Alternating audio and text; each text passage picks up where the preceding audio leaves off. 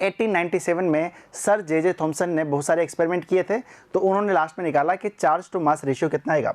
Charge to mass ratio को लिखा जाता है E/m रेशियो, यानी कि बहुत सारे प्रायोगिक परीक्षण हुए, उसके बाद में निकल करके आया कि E/m रेशियो क्या हो सकता है। यदि हम E/m रेशियो की बात करते हैं तो E/m रेशियो कितना होता है, ध्यान दीजिएगा, 1.75820 इंटू 10⁻11 कूलाम पर किलोग्राम ये रहेगा। यानी कि यदि बात की जाए E/m रेशियो की तो वो कितना निकल करके आया, 1.75820 इंटू 10⁻11 कूलाम पर किलोग्राम, यानी पर 1 किलोग्राम पे इतना कूलाम। ठीक है जी। यदि हम बात करते हैं तो आपने पिछली क्लास में देखा था कि हमने एक एक्सपेरिमेंट किया था जहाँ हमने क्या किया था, 2 मेटल प्लेट लगाई थी। अच्छा, अब 2 मेटल प्लेट हमने लगाई थी, वहाँ पे क्या हुआ था, कैथोड से एनोड की तरफ क्या हुआ था भाई मेरे, कण वहाँ पे जाने लगे थे, और वो कहाँ पे विक्षेपित हो गए थे वो वाले कण, वो धनावेशित वाली जो प्लेट लगी हुई थी वहाँ पे वो विक्षेपित हो गए थे। अब मान लीजिए जिस तरफ ये धनावेशित प्लेट की तरफ जैसे ही ये वहाँ पे विक्षेपित हो रहे हैं, यदि मैं ऑपोजिट वहाँ पे कोई इलेक्ट्रिक फील्ड लगा दूँ तो वो क्या होंगे, वापस ऊपर आने लग जाएंगे। ठीक है जी। यानी कि पूरा का पूरा डिपेंड किस पे कर रहा है कि वहाँ पे क्षेत्र हमने कौन सा लगाया है। ठीक है जी। या तो हम विद्युत क्षेत्र लगा सकते हैं, ठीक है जी, या फिर हम चुंबकीय क्षेत्र वहाँ पे लगा सकते हैं। यानी कि विद्युत क्षेत्र और चुंबकीय क्षेत्र की प्रबलता के ऊपर ही यह डिपेंड करता है कि जो कण हैं उनका विक्षेपण क्या होगा। ठीक है, तो आरोपित विद्युत या चुंबकीय क्षेत्र की प्रबलता अधिक हो तो कण भी क्या होगा भाई मेरे, अधिक विक्षेपित होगा। ठीक है जी। अब E/m रेशियो आपको पता ही है, फिर से ध्यान दीजिएगा, मेरे साथ में बोलो, 1.75820 इंटू 10⁻11 कूलाम पर किलोग्राम।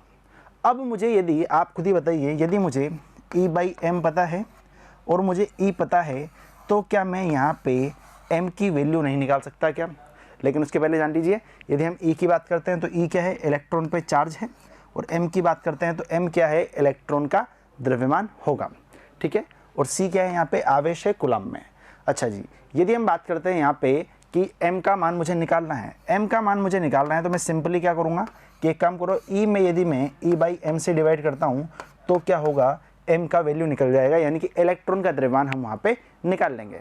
अच्छा, यदि E की बात की जाए तो E का जो वैल्यू रहेगा वो कितना रहेगा, तो आप बोलेंगे 1.60 इंटू 10⁻⁻19 कूलाम, यानी कि इलेक्ट्रॉन पे जो चार्ज है, इलेक्ट्रॉन पे जो आवेश है वो कितना रहेगा।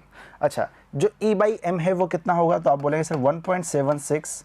अच्छा, इसको यदि राउंडिंग ऑफ कर सकें अपन तो कर सकते हैं आराम से। क्यों? क्योंकि हमें लास्ट के अंक यदि हटाना है तो राउंडिंग ऑफ आपने सीखा होगा जब मैंने आपको क्लास 11th का चैप्टर पढ़ाया था। ठीक है जी, पार्ट नंबर 32 में जाके देखिए, पता चलेगा। ठीक है, चलो यदि हम देखते हैं यहाँ पे तो ये कितना हो जाएगा, 1.76 इसको लिख सकते हैं। अच्छा, वहाँ पे देखो, यदि पहले हमने देखा था तो यहाँ पे क्या लिखा हुआ था, 10⁻11, लेकिन ये किस में था, यदि हम 1 किलोग्राम में देख रहे हैं। ठीक है, लेकिन यदि इसको मैं ग्राम में लिखना चाहूँ तो ग्राम में क्या लिख दूंगा, देखिएगा यहाँ पे पहले तो कितना 10⁻11 था, अब यहाँ पे क्या हो जाएगा, यहाँ पे 10 की 3 घातें कम हो जाएगी, यानी कि अब ये कितना आ जाने वाला है, 10 की घात 8 कूलाम पर ग्राम ये आ जाएगा। अब जैसे ही मैं इसको पूरा का पूरा सोल्व करता हूँ, बड़ी सी कैलकुलेशन है, उसके बाद में m का एक वैल्यू निकल करके आने वाला है, वो होगा 9.1 इंटू 10⁻⁻28 ग्राम। कितना निकल के आएगा, 9.1 इंटू 10⁻⁻28 ग्राम। लेकिन आप चाहते हैं कि नहीं, इसको हम यदि किलोग्राम में लिखना चाहें तो आप क्या लिख सकते हैं, इसी को आप क्या लिख सकते हैं, यहाँ पे 9.1 इंटू 10⁻31 किलोग्राम इसको लिखा जा सकता है। ग्राम में लिख लो, किलोग्राम में लिख लो, जैसा आवश्यकता अनुसार रहेगा वैसा हम लिख लेंगे। ठीक है जी।